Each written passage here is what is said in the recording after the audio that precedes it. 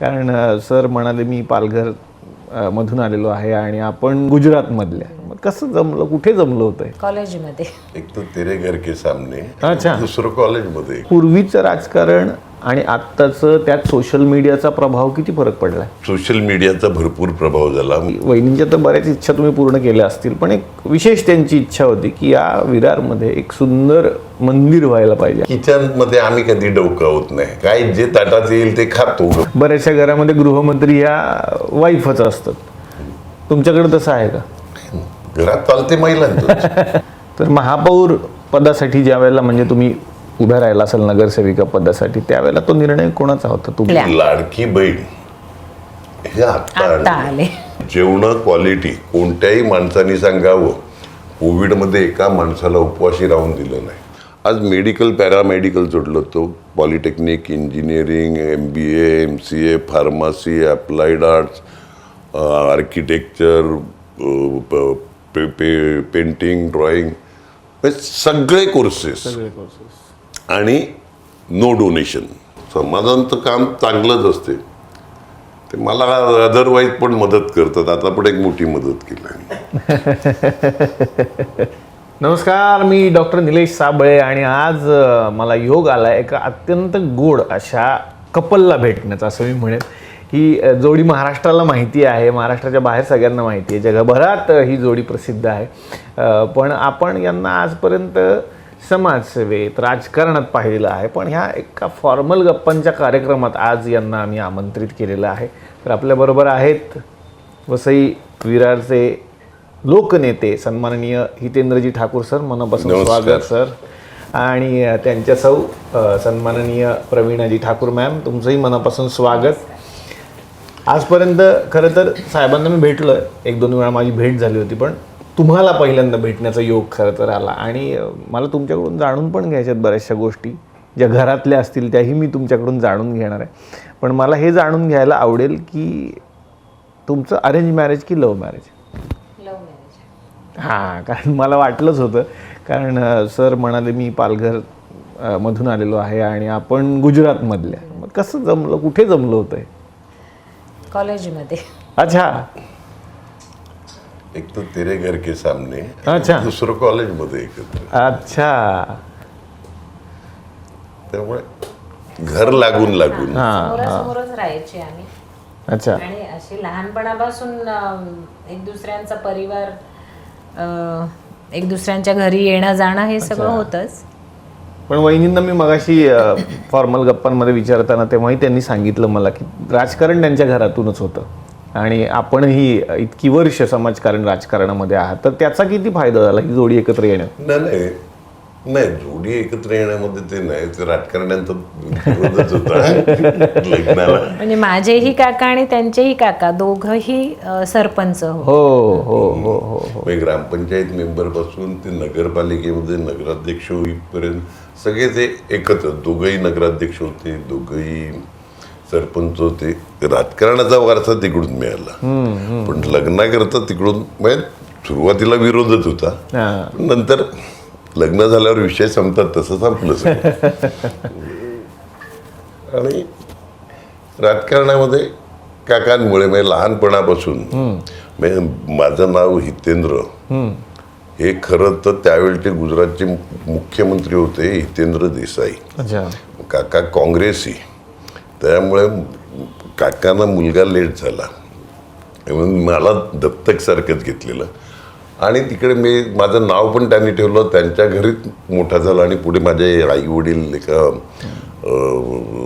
शॉकमध्ये गेले, दोघंही एकत्र हे झाले. त्यानंतर आम्हाला भावंडांना दोन्ही काकांनीच मोठं केलं. त्यामुळे लहानपणापासून राजकारण बघतच, म्हणजे ग्रामपंचायतीचं असेल, पंचायत समिती, जिल्हा परिषद किंवा आमदारकीला आपलं त्यावेळी आम्हाला कुपन मिळायचं, वडापाव खायचं, तर कुपन करता काम करायचं. दोन्ही घरांमध्ये राजकारणी लोकांचं येणं जाणं, तेव्हाचे तारामाई वर्तक, भाऊसाहेब वर्तक, या सगळ्यांचं येणं जाणं होतं. म्हणजे राजकारणाचं वातावरण आम्ही लहानपणापासून दोघांच्याही घरामध्ये पाहिलेलं आहे.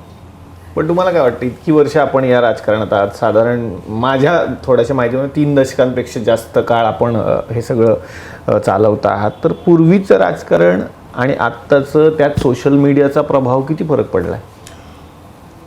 सोशल मीडियाचा भरपूर प्रभाव झाला. म्हणजे पूर्वी पेपर किंवा टी व्हीवरच्या बातम्यांवर चालायचं, आता त्याच्याऐवजी सोशल मीडियावर रील करणं, अमुक तमुक, आणि सगळ्यात महत्त्वाचं आणि वाईट, हल्ली पैशानेच बोलायला लागल्यात सगळे. म्हणजे ही खरी तर राजकारणाला लाज वाटली पाहिजे. तर पैशाशिवाय राजकारण करू शकत नाही असा काही राजकारण्यांचा समज झाला. त्यामुळे वरपासून कालपर्यंत, म्हणजे अगदी कालपर्यंत पैसा देऊन मतं घेणं असं नव्हतं. पण ट्रेंड भलतीकडे सगळे गेल्या काही वर्षात चालायला लागला. किळसवाणं आहे ते. पूर्वी अगदी खेळीमेळीचं वातावरण असायचं राजकारणामध्ये. म्हणजे मी पाहिलेलं आहे की माझे काका सोलंकी साहेब, ह्यांचे काका भास्करराव ठाकूर, मनुभाई, जितूभाईचे वडील, त्याचबरोबर पंढरी आप्पा म्हणून होते, आमचे विरोधक होते. इलेक्शनच्या वेळेला ते सगळे एक दुसऱ्यांच्या विरोधात, पण मतदान झालं की संध्याकाळी एका ओट्यावर बसून, मथुरदास पटेल म्हणून एक व्यापारी होते, सगळी लोक एकत्र, मंडळी एकत्र बसून चहा प्यायचे. अच्छा. असं वातावरण होतं. म्हणजे विरोधक पण इलेक्शन झालं की नंतर संध्याकाळी ते एकत्र फिरायचे. अच्छा. पण आज म्हणजे असं म्हणतात, एक दुश्मनी सारखं ठेवतात, विरोधकांना दुश्मन समजतात. ते सांगतात त्याप्रमाणे अतिशय वाईट परिस्थिती आता राजकारणाची आहे. पण इतकी वर्ष आपण या समाजसेवेच्या माध्यमातून काम करताय, तर गेल्या काही वर्षांपूर्वीचं वसई विरार आणि आत्ताचं किती फरक पडला असं वाटतं सर? फरक फार झाला ना. मुंबईला लागून असल्याचे काही फायदे आहेत, काही तोटे आहेत. रोजगार वगैरे सगळे उपलब्ध इझिली होतात, नोकऱ्या, व्यवसाय चांगल्या प्रकारे करता येतो. त्याचबरोबर मुंबईला लागून तिकडे कल्याण डोंबिवली असेल, इकडे वसई विरार असेल, अफोर्डेबल घरं इकडे मिळतात. मुंबईमध्ये ज्यांना घरं परवडत नाही, वसईवर प्रेम आहे, कल्याण डोंबिवलीवर प्रेम आहे म्हणून कोण येत नाही. येत आहेत तर सगळ्यांना नाईलाज. मुंबईत आपण घर घेऊ शकत नाही, आणि जे आलेले आहेत त्यातले 2-5% इकडून सोडून परत जातात. कुठेतरी आर्थिक स्थिती पोराबाळांमुळे बरी झाली तर, नाही तर अदरवाईज सगळे स्थायिकच होऊन जातात ना. आणि कसं आज केलेली कामं उद्या लोकांच्या लक्षात राहत नाही. पूर्वी गाव खात्यामध्ये कसं केलेलं काम वर्षानुवर्ष लक्षात राहते. बरोबर. आता कोण, आम्ही विरारमध्ये राहायचे ज्यावेळी लहानपणी, अख्खं विरार एकमेकाला नावाने ओळखायचं. आता बाजूच्या फ्लॅटमध्ये कोण राहतोय हे माहीत नसते लोकांना. बरोबर. एका सोसायटीत राहून एकमेकाला ओळखत नाही, एकमेकाकडे सुख दुःखाला जात नाही, ही स्थिती आहे.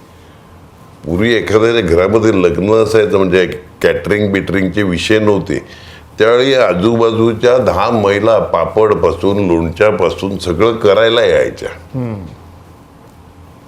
जेवण बनवण्याकरता लग्नाचं पण, तर आजूबाजूच्या 10 महिला येऊन सकाळपासून ते जेवण करायला लागायचे. मग घरचेच लोक हे करायचे जेवण. आजचं काय, कोणत्याही एखाद्या गरीबातल्या गरीबाचं लग्न असलं तरी कॅटरर फिक्स. हो. म्हणजे 800 रुपये प्लेट असेल, बाकी कोण 3000 रुपये प्लेट देईल, पण कॅटरर शिवाय त्यांचं चालतच नाही. मग आजूबाजूला येणं, लोणचं करायला, पापड लाटायला, ह्या आजूबाजूच्या महिला यायच्या, एवढ्या एकोपा होता. आता कसलं काय, या सगळ्या परिकथा वाटतात. आमच्या मुलांना खरं नाही वाटत हे. अच्छा. कधी घरात बोललं तर. हो.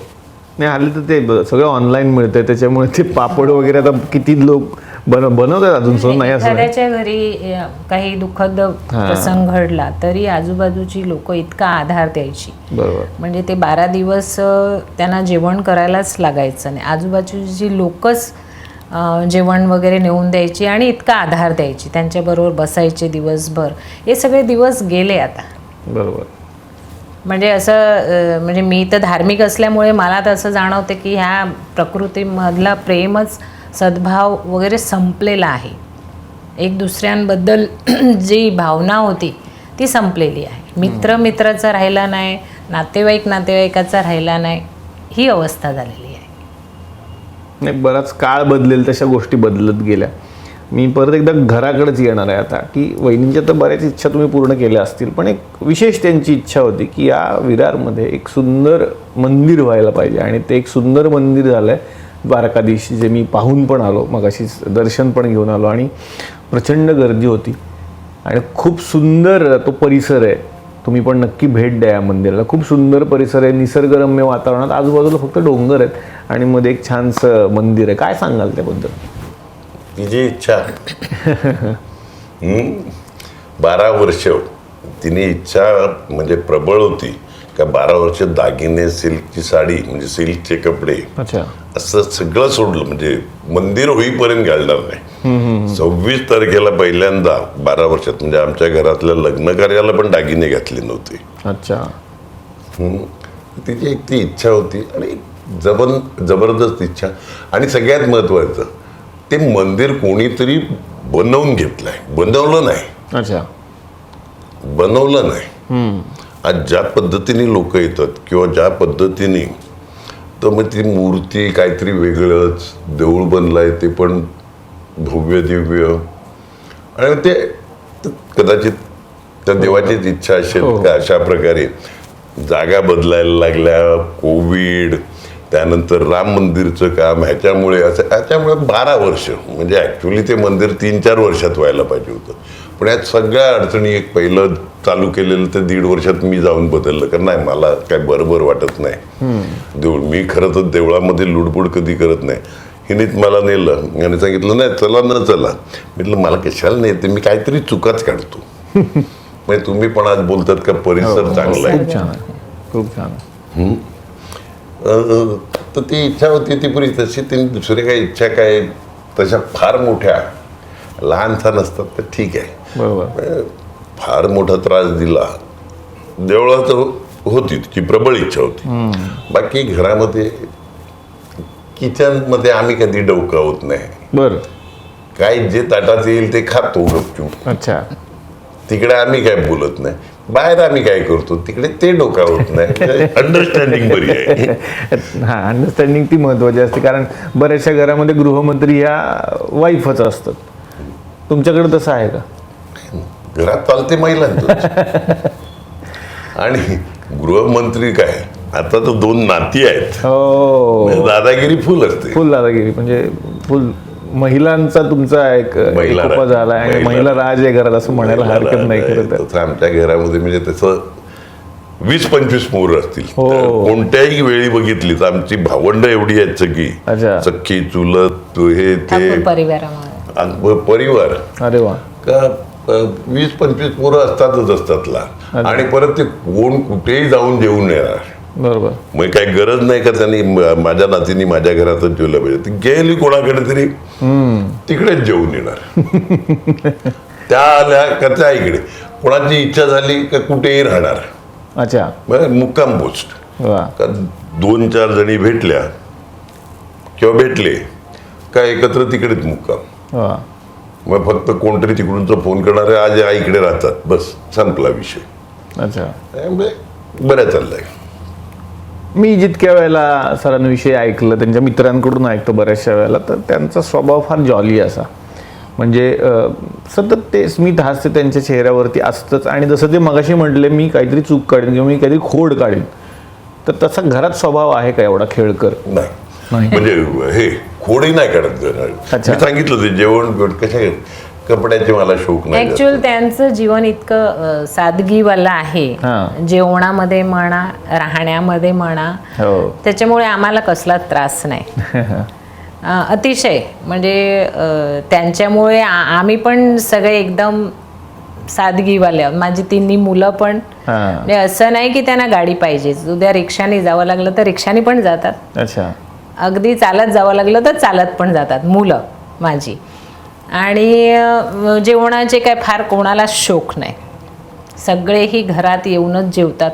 कोणाला हॉटेलिंग वगैरे ह्याना तर अजिबातच नाही. कित्येक वर्ष तुम्हाला आश्चर्य वाटेल घरामध्ये म्हणजे कोणाकडे लग्नात वगैरे गेले आणि खाल्लं तर कित्येक वर्ष चपाती नाही, म्हणजे भात नाही, नुसती एक मूग असतं आणि पालेभाजी. अच्छा. त्यांचं तेवढंच जेवण, मूग आणि पालेभाजी. अरे अच्छा. एखादी मिक्स भाजी कधी असली तर. बाकी त्याच्या जोडीला चपाती लागते, भात लागते, काय नाही. कित्येक वर्ष मी त्यांना एकच जेवण जेवताना बघते. बाहेर कोणाकडे लग्नात गेले किंवा कुठल्या प्रसंगाला जावं लागलं तिथे तेल बिलकुल नाही, साखर बिलकुल नाही, नो कार्बोहायड्रेट, मिनिमम ऑइल आणि नो शुगर. हो. 3 गोष्टी माझ्या जेवणामध्ये असतात. बाकी जे येईल ते खातो. नाही, मी तेलाचं नाही सांगितलं तू तर पालेभाज्यांमध्ये पण तेल टाकायला लागते. म्हटलं कमीत कमी टाका. मग कमीत कमी टाका. काय दुसरे म्हणजे छोकरा कंपनी पण काय फार ह्याचे नाही मिळत. मी व्यसन नाही एकाला पण.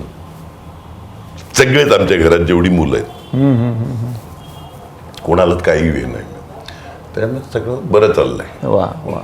वादाचे विषय नाहीत. आणि ह्यांच्यामुळे आम्ही सगळे समाजसेवेत लागलो. हो, कारण मॅम सुद्धा महापौर होत्या आणि त्याही समाजसेवेत आहेत. तर महापौर पदासाठी ज्या वेळेला म्हणजे तुम्ही उभ्या राहिला असेल नगरसेविका पदासाठी, त्यावेळेला तो निर्णय कोणाचा होता, तुमचा की साहेबांची इच्छा होती? ॲक्च्युअल त्यावेळेला महिला सीट रिझर्व होती आणि हे 1990ला आमदार झाल्यापासून कित्येक महिलांचा संपर्क म्हणजे काही काम असलं त्यांच्याकडे न जाता माझ्याकडे येऊन सांगायच्या की आम्ही ताई तुम्हाला बोलले का तुम्ही आप्पांना सांगा वगैरे वगैरे. इलेक्शनच्या काळामध्ये, त्यांच्या इलेक्शनच्या काळामध्ये प्रचाराला वगैरे जायचे त्यावेळेला त्या महिला त्यांच्या समस्या सांगायच्या. ज्यावेळेला महिला सीट रिझर्व होती त्यावेळेला अतिशय महिलांचा आग्रह होता आणि मला वाटते ह्यांच्याकडे पण आग्रह धरला की आम्हाला प्रवीणाताईच पाहिजे आणि म्हणून यावं लागलं राजकारणामध्ये महिलांसाठी. आल्यानंतर भरपूर महिलांना आम्ही सक्षम करण्याचा वगैरे प्रयत्न केला. आमचे स्वर्गीय मुकेशजी सावे जे आताच गेले, आमच्या स्वर्गीय भारतीताई देशमुख आणि हे आम्ही सगळे बसून महिलांसाठी आपण काय करू शकतो, जास्तीत जास्त त्यांना आधार कसा मिळू शकतो, त्याच्यामध्ये विधवा एकाकी जीवन जगणाऱ्या महिला, अंध अपंग अशा महिलांसाठी खूप कामे केली, खूप योजना आखल्या. लाडकी बहीण हे आता आले. इकडे यांच्या कारकिर्दीत महिला बालकल्याणच्या एवढ्या योजना, म्हणजे एक सांगतो तुम्हाला, पनवेलच्या कमिटी आलेली सगळी महापौर वगैरे, आणि तर त्यांनी विचारलं तुमचं महिला बालकल्याणचं बजेट काय, तर काय काही 22-25 कोटी होतं ते सांगितलं. ते शांत बसल्या. त्यानंतर विचारलं तुमचं काय, ठीक आहे तुमचं एवढं आहे, बजेट दिलं त्यांना, तुमचं काय, ठीक आहे ठीक आहे. पण सांगा तर का, सांगण्यासारखं नाही. पण किती, 5 लाख. म्हणजे विधवांच्या मुलीला 25,000. एखादा अपंग असेल तर, म्हणजे एखाद्याचा नवरा अंध अपंग असं काय असेल तर त्यांच्या मुलीच्या लग्नाला इंजिनिअरिंग, मेडिकल ह्याच्याकरता एक ठराविक रक्कम, दर महिना एक ठराविक विधवेला वगैरे. म्हणजे अख्ख्या भारतात, छाती ठोकपणे बोलतोय मी, कॅमेऱ्यासमोर बोलतोय, अख्ख्या भारतात जेवढ्या वसई विरार महानगरपालिकेमध्ये स्त्रियांकरता मुलांकरता योजना आहेत ना, त्या नाहीत, कुठेही नाहीत. इवन कोणत्याही सेंटरला डायलिसिस करतात, कारण का तो डायलिसिस हा एक असा आहे आजार का ज्याच्यामुळे माणसाचं मृत्यू होणारच आहे, पण घरच्यांना पण साप कंगाल करते. तर तिकडे आपण नगरपालिकेतून पहिला 250, आता काही 350 रुपये चालू केले. जीवदानी मंदिरातून देतो. नंतर आपलेच आमच्या बंधुराजांनी एक 7-8-10 सेंटर टाकल्यात. तिकडे ऑलमोस्ट फ्री होते डायलिसिस, अच्छा. Almost free. लक्षात आलं का? म्हणजे का तर आमच्या घरामध्ये पण डायलिसिस व्हायचा आमच्या काकीचा. आम्ही ते बघितलंय, खर्च बघितलाय. ठीक आहे, आम्हाला परवडत होतो, काय आम्हाला रडण्याचा विषय नाही, पण झालेला खर्च किंवा होणारा त्रास हे सगळं बघितलं आणि त्या दृष्टीने त्यांच्याच नावाने पहिलं संजीवनीत चालू केलं, मग आता वेगवेगळ्या ठिकाणी चालू केलं. तर या सगळ्या योजनामध्ये पण महिला बालकल्याण चांगल्या प्रकारे काम. कोविडच्या काळात पण खूप काम झालंय. कोविडच्या काळामध्ये जीवदानी मंदिर असेल, आमचं साईबाबा ट्रस्ट असेल, युवा कॉलेज, आणि कोविडमध्ये नंतर तसं झालं तर मंदिरं बंद, त्यामुळे त्यांचे काय पैसे येत नव्हते.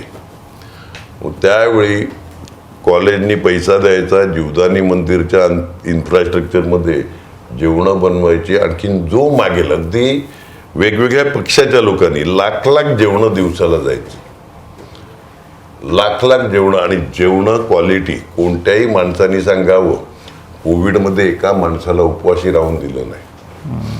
ती रेमडेसिवीर असेल, टोसिलोझुंबो इंजेक्शन जी होती हजारांनी आणून दिली लोकांना. कोणी दिले पैसे,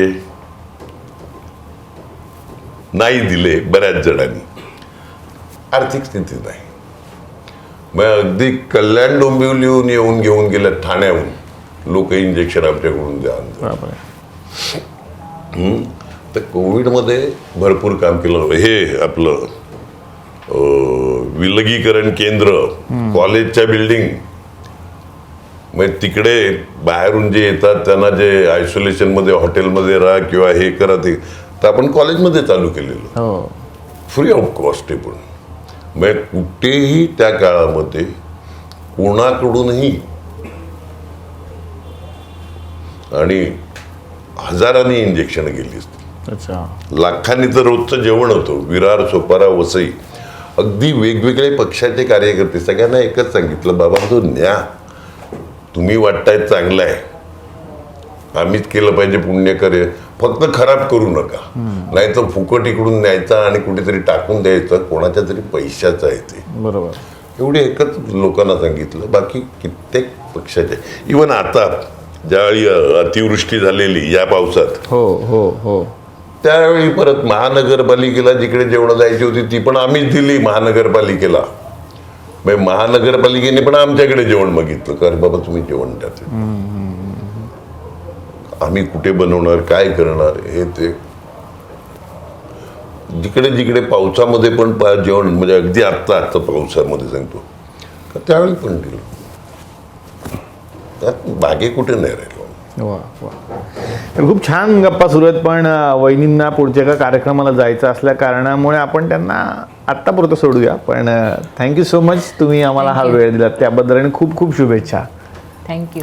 तर मला आता पुढच्या मुद्द्याकडे यायचं. खरं तर शिक्षण हे फार महत्त्वाची गोष्ट आहे, कारण शिक्षणाशिवाय पुढची पिढी घडू शकत नाही, म्हणजे चांगली पिढी घडू शकत नाही. आणि त्यात तुमचा जास्त रस आहे असं मी बऱ्याच वेळेला बघितलं आहे. मगाशी फॉर्मल गप्पांमध्ये तुम्ही सतत सांगत होतात की ती आवड आहे आणि ते तुम्हाला करायचं आहे. बरीच मोठमोठी कॉलेजेस इथे उभे राहत आहेत. आपण जिथे बसलो आहे ही पण एक कॉलेजचीच इमारत आहे, त्या आपण सभागृहात बसलो आहे. पण एक नवीन आत्ताच खूप मोठी इमारत उभी राहिली आहे विवा कॉलेजची, त्याबद्दल काय सांगा? कसं आहे, मी शिक्षणामध्ये आला तो पण ॲक्सिडेंटली. आमदार नसताना एक शिक्षण अधिकारी मला अगदी अरे तुरे बोलत, तर अरे तुझ्यासारख्या पुराणी शाळा केली पाहिजे. तर मी हसलो. तो बोलतो हसू नको, मी पाठवतो, चलन भरून पाठव. मी आपलं सहज भरलं, गेलं, आलं 10 जुलैला माझ्या लग्नाच्या वाढदिवसानिमित्त, त्यामुळे तारीख पण लक्षात आहे. पत्र आलं की शाळा चालू झालंय, परवानगी मिळालाय, 1 महिन्यात चालू करा. आणि त्यावेळी कुठे मराठी शाळेला काय मिळालं. क्षितिजच्या वाढदिवसाच्या दिवशी 18 जुलैला शाळा चालू केली. जी इमारत होती आमची एक, त्यात चालू केलं ॲडजस्टमेंट करून. त्यानंतर आमदार झालो. आमदार झाल्यावर 35 मुलं 11वीच्या ॲडमिशन करता रखडलेली, म्हणजे 2 मार्क लिस्ट, 3 मार्क लिस्ट, 2 म्हणजे मेरिटवाला, असे सगळ्यांचे प्रयत्न करत होता. प्रत्येक शाळेत कुठे ना कुठे किंवा कॉलेजमध्ये ॲडजस्ट करायला कोणीच केलं नाही. परत शिक्षण अधिकारी, एक दुसरा शिक्षण अधिकारी येऊन माझ्या गळी पडला, साहेब तुम्ही चालू करा. परवानगी, यार बोललो मी परवानगी आणेल रे बाबा, पण मला कशाला गळ्यात टाकतो. चला शाळेत चालू केलं. त्यानंतर ही इमारत उभी केली. आणि ही इमारत उभी केल्यावर मी मागे वळून बघितलं नाही ॲडमिशनच्या बाबतीत. कारण का ॲव्हरेज पुराणा, आम्ही ॲव्हरेज विद्यार्थी होतो, 50% 10वीला मार्क, पण त्यावेळी मेरिटमध्ये होतो. 50% आम्हाला कॉमर्सला ॲडमिशन, ती कट ऑफ लाईनच होती. तर ॲव्हरेज मुलांनी जायचं कुठे, पण मी डिव्हिजन वाढवत गेला. आज 6,500 11वीची ॲडमिशन करतो. 6,500, कित्येक नाही, मुंबईतल्या 2-4 कॉलेजेसची स्ट्रेंथ 6,500 आहे, संपूर्ण 11वी ते पोस्ट ग्रॅज्युएशनपर्यंत. 6,500 संपूर्ण अशी 2-4च कॉलेज आहेत, बाकी त्याच्या खालीच. ती माझ्याकडे 11वीची स्ट्रेंथ आहे. आज मेडिकल, पॅरामेडिकल जोडलं, तो polytechnic, engineering, MBA, MCA, pharmacy, applied arts, architecture, painting, drawing, सगळे कोर्सेस. आणि नो डोनेशन. अच्छा.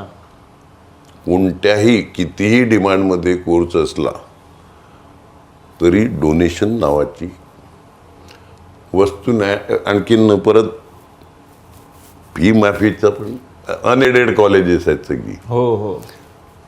फी माफी करता काय, कोविडमध्ये कोणीच भरली नाही. बरोबर. त्यात कोणी भरली नाही, चालते. पण कोणत्याही प्रकारचं डोनेशन न घेता आम्ही हे करतो. आज 5-6 बिल्डिंग आहेत कॉलेजच्या, एक बिल्डिंग नाही. ही जुनं आहे, एक शाळेची आहे, समोर नवीन कॉलेज केलं आहे. त्यानंतर तिकडे जो द्वारकाधीश मंदिराचा उल्लेख झाला, तिकडे एक 5-6 बिल्डिंग, म्हणजे इंजिनिअरिंग, MBA, MCA, फार्मसी, असं वेगवेगळ्या कॉलेजेसच्या. असं सगळं. आता वसईला एक इंटरनॅशनल स्कूल यावर्षीपासून चालू होते. 7-8 प्लॉट सोपारा, वसई, विरार असे घेतलेले आहेत. यावर्षी सगळ्या ठिकाणी शाळेची भूमिपूजन करायचे आहेत. आणि 7-8 शाळा 1-2-1.5 वर्षात तयार करून त्या चालू करायच्यात. म्हणजे एज्युकेशन हा माझा आवडीचा विषय. आणि त्यात सगळे आमचे यंगस्टर पण बऱ्यापैकी इंटरेस्ट घ्यायला लागलं. तर सगळं त्या दृष्टीने फोकस करून करतोय. पाण्याची पण समस्या, तसं पाणी ही एक खूप मोठी समस्या असते, पण त्यावरही बरेच तुम्ही उपाय योजले. पाण्यावर आम्ही 6 MLD म्हणजे 60 लाख लिटर एवढं पाणी अख्ख्या वसई तालुक्याला मिळत होतं. ते आज जवळपास 400 MLD म्हणजे 40 कोटी लिटर 40 कोटी लिटर पाणी आणलंय.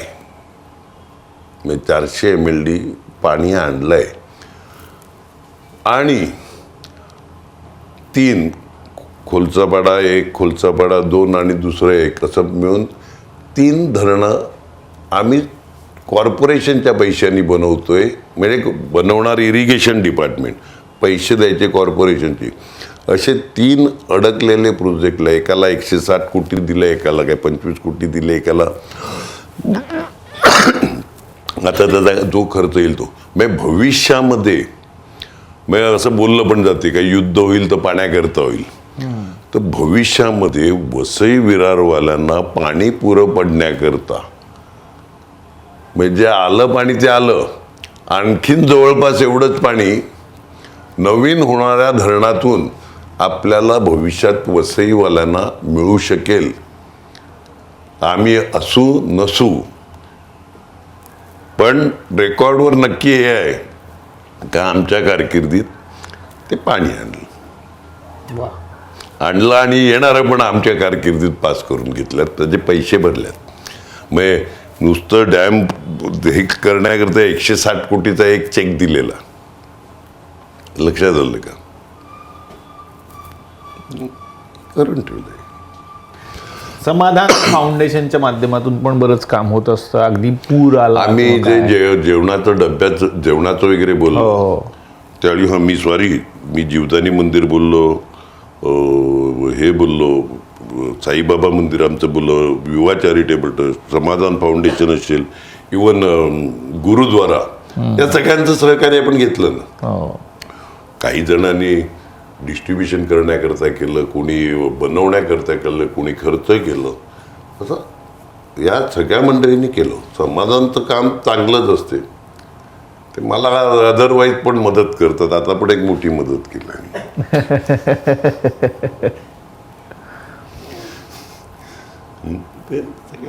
सेवाभावी लोक योग्य असतात सगळ्या अडीअडचणीमध्ये.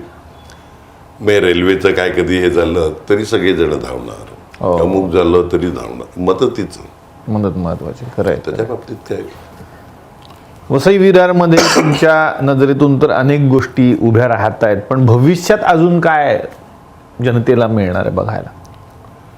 आता एक नवीन स्पोर्ट्स कॉम्प्लेक्स पुरवत आलाय, ते क्षितिजच्या डोक्यात होतं. एक 8 एकरमध्ये तो स्पोर्ट्स कॉम्प्लेक्स केलाय. क्रिकेट सोडून सगळे गेम आणि इंटरनॅशनल लेवलचं ते स्पोर्ट्स कॉम्प्लेक्स बनवलं आहे. त्याचबरोबर एक हॉस्पिटल म्हणजे 24मध्ये त्यावेळेचे युडी मंत्री आणि मुख्यमंत्री 9 जुलैला बोलले का क्षितिज तुझा 10 तारीख उद्याला वाढदिवस आहे, ह्या 25 कोटीचा चेक 250 कोटी आम्ही देतो, हां उद्याला तुझ्या हस्ते नारळ फोड. तर नारळ फोडला, दुर्दैवाने राजकारण वेगळं घडलं, ते घडून द्या, त्याला काही फरक नाही पडत. आज तिकडे खड्डा खणला नाही गेला अजून, म्हणजे 1.5 वर्षापूर्वी.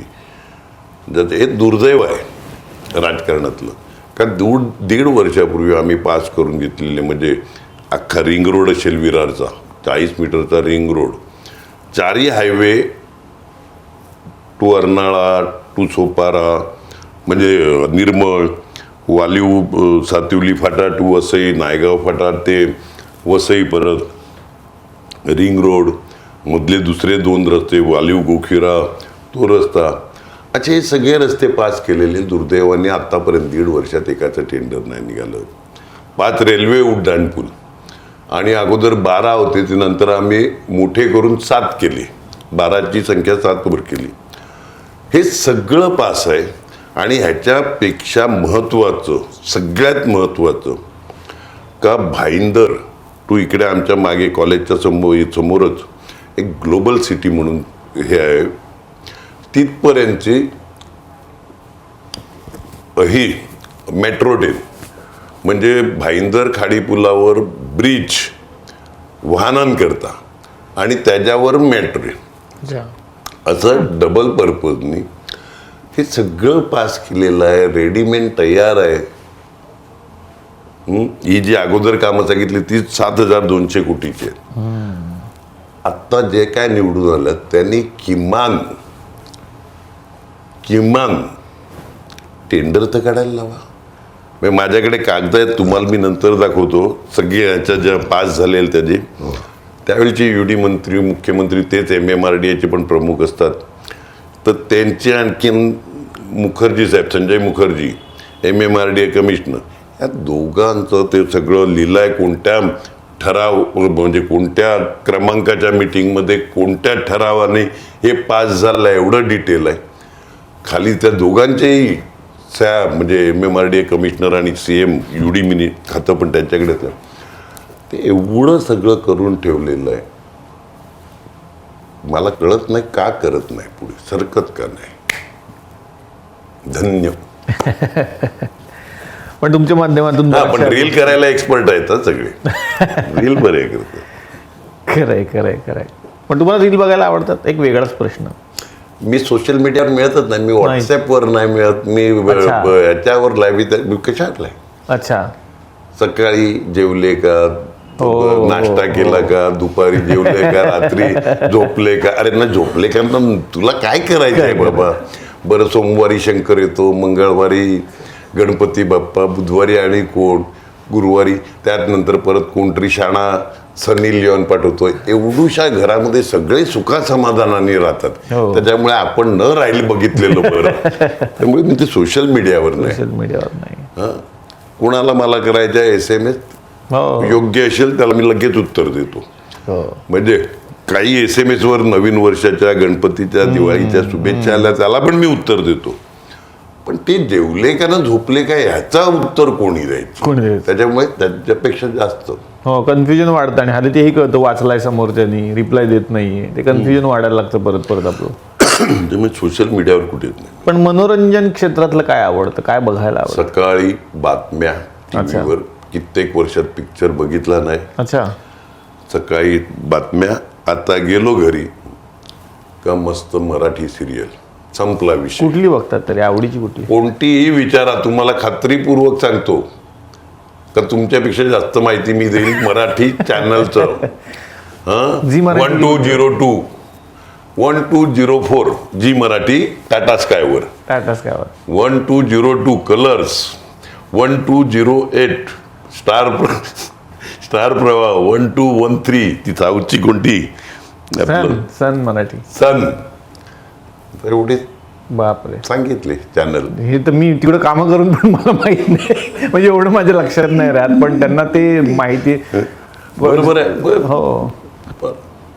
1255 आपल्या बातम्याचं, मराठी बातम्या बघायच्या मस्तपैकी. संध्याकाळी गेलं काहीतरी ते अख्खा दिवस डोक्याला ताप नको बातम्याचा, मराठी सिरियल. झी मराठीची कुठली आवडते सिरियल तुम्हाला? जी मराठीवरती आपलं बारक्या पोरीची, म्हणजे आता ती कॉलेजवर आहे ती कमळी. अच्छा. हो, ती पण कॉलेजवरच आहे ऍक्च्युअली सिरियल. शिक्षणावरच सिरियल आहे. गोड सिरियल आहे ती फारच. कमळी आहे. त्याच्यानंतर म्हणजे ते 2-3 सिरियल लाईन. एवढ्या सिरियल बघतोय ना, ऍड स्किप करायच्या फक्त मागे पुढे. आणि त्यामुळे जवळपास सगळ्या बघतोय मी. बरोबर. पण ही या मनोरंजन क्षेत्रातली अनेक मंडळी ही तुमचे स्नेही आहेत, तुमचे मित्र आहेत. त्याबद्दल काय सांगाल? काय, एकावरून दुसरा, दुसऱ्यावरून तिसरा, तिसऱ्यावरून चौथा, म्हणजे सगळे असे. आणि सगळे म्हणजे आजपर्यंत माझ्याकडे पैसे घेऊन कोण आलेलं माझ्या लक्षात नाही. आणि मी करत नाही. कला क्रीडाला येतात, त्या मॅरेथॉनला यायची. ती एक मॅरेथॉन होती आमची, म्हणजे भारतातली टॉपची मॅरेथॉन. का इतका लोकांचा प्रतिसाद असायचा. राजकारणाकरता मला क्रेडिट मिळेल म्हणून ती पण बंद केली. विभागीय सामने व्हायचे क्रिकेट मुलांचे, ती परत जितेंद्र ठाकूरनी चालू केलं, ते पण बंद केलं. म्हणजे राजकारण कोणत्या लेवलचं जाईल. कला क्रीडाला आमच्या अनुदान मिळायचा. 60,000 स्पर्धक, 60,000पेक्षा जास्त स्पर्धक, त्याला अनुदान मिळायचं. ते अनुदान यावर्षीपासून बंद केलं. का तर कला क्रीडा बंद करायचं. पण एखादा अभ्यंकर, एखादा जोशीसारखे शिक्षक किंवा माधुकरी करणारे पहिल्या वर्षी, ज्यावेळी मी चालू केलं 90ला, त्यावेळी शेवटच्या दिवशी ते जोशी आणि अभ्यंकर जे मी बोललो ते आले. एक रिटायर शिक्षक आणि एक पूजा सांगणारे. त्यांनी आलं आणि 101 रुपये बघितलं. 6 दिवस काय दिवे लावतात हे, योग्य की अयोग्य काय करतात. 6 दिवस बघितल्यावर येऊन 101 रुपये दिले. मी म्हटलं 101 रुपये देणारे आहेत ना, त्याच्यात आपण कला क्रीडा करू. काय बोल, नगरपालिकेच्या महानगरपालिकेच्या अनुदान, तो काय माझ्या घरचा कार्यक्रम होतो का, पोरांचाच होतो ना. मग अशा प्रकारचं राजकारण नाही, दुर्दैव आहे. मग अशी आमच्या सौ बोलल्या का पूर्वी पंढरी अप्पा पण इलेक्शन नंतर एकत्र बसायचे एकाच ह्याच्यावर. ते वातावरणच संपवलं ना. हे फालतू राजकारण ह्या लेवलला असू नये. काहींनी तर ग्राउंड पण भाड्याने, म्हणजे 35 वर्ष घेतोय आम्ही, तर आम्हाला ग्राउंड पाहिजे. राजकारणी ह्या परत असं काय. पण वसई कला क्रीडाला मी पण मागच्या वर्षी भेट दिली. तो खूप सुंदर आहे आणि मला वाटतं की या भागातल्या खेळाडूंना किंवा कलाकारांना ते खूप चांगलं नॅशनल इंटरनॅशनल पोचले. खेळाडू आणि कलाकार, खेळाडू आणि कलाकारांना चांगल्या प्रकारची एक खिडकी आहे ती. खरं आहे. नाही, पण तुमच्या माध्यमातून असं चांगलं काम हो ह्या मी मनापासून शुभेच्छा देतो. आणि आजपर्यंत आपण बोललो पण थोडंफारच बोलणं व्हायचं, पण ह्या निमित्तानं खूप गप्पा मारता आल्या आणि तुमच्यातली एक वेगळी व्यक्ती पण लोकांना बघायला मिळेल. कारण तुम्ही लोकनेते आहात, समाजसेवक आहात, राजकारणी आहात, ते सगळं लोकांना माहिती आहे. पण खरे हितेंद्र ठाकूर हे झी मराठी बघतात आणि त्यांना सगळे चॅनल्सचे नंबर पाठ आहेत. हे तर मला वाटतं हे व्हायरल करून टाका, कारण ते माझंच पाठ नाही आहे आणि त्यांना ते इतकं आवडतं. म्हणजे जरी गमतीचा भाग असला तरी ते जी गोष्ट आवडते त्याचा अभ्यास करतात, हे कळतंय त्याच्यातून. आणि तितकंच शिक्षण आवडणारे आणि सगळ्यांना मदत करणारे असे एक व्यक्ती. तुम्हाला खूप साऱ्या शुभेच्छा पुढच्या सगळ्या वाटचालीसाठी. आणि पण इकडे आले, देऊळ पण बघितलं, त्याच्याबद्दल पण तुम्हाला आवडलं, त्याच्याबद्दल मला बरं वाटलं. म्हणजे ते श्रेय अर्थात माझ्या पत्नीचंच आहे. पण येस, खरोखर देवाच्या कृपेने ते झालेलं आहे. म्हणजे त्याच्याच कृपेने त्याचं मंदिर चाललेलं आहे. आपण आपली टीम घेऊन आलात, आपल्या टीमचे धन्यवाद. Thank you so much. धन्यवाद.